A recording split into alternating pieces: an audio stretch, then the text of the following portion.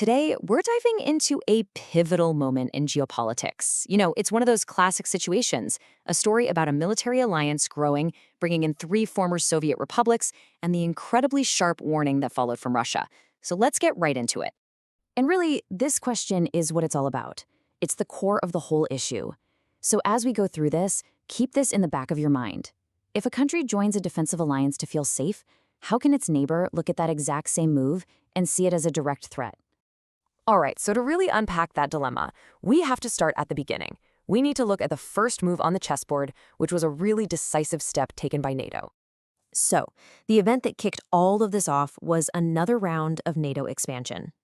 Now, the alliance had already been expanding eastward since the Cold War ended, but this wave, this one in the early 2000s, was going to hit a raw nerve like never before. So who exactly are we talking about here? Well, these new members were three nations located in a super strategic part of Europe, sharing a direct border with Russia. Estonia, Latvia, and Lithuania, the three Baltic states. And here's the crucial part. All of them were former Soviet republics. For them, joining NATO was this huge, historic moment, a way to lock in their independence.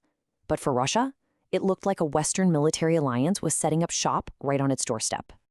Of course, a move this big doesn't just happen without making waves. It was met almost instantly with a really forceful reaction from Moscow.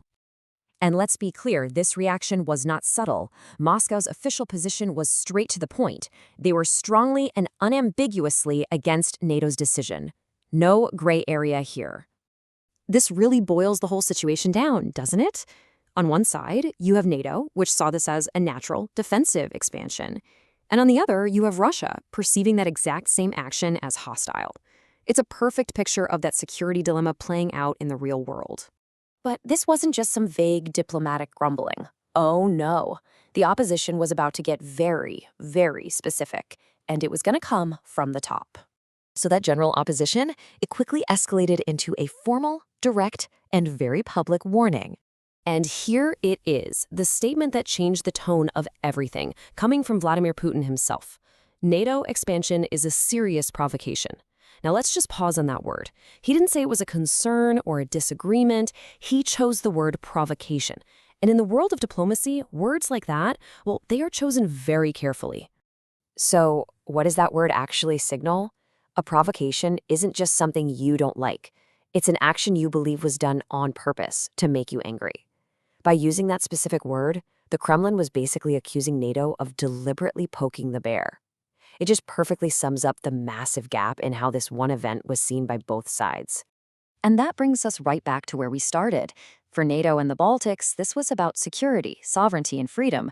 For Russia, it was an aggressive move, a provocation. So it leaves us with this massive, unanswered question. When one side's security move is seen as the other's provocation, where on earth do you draw the line?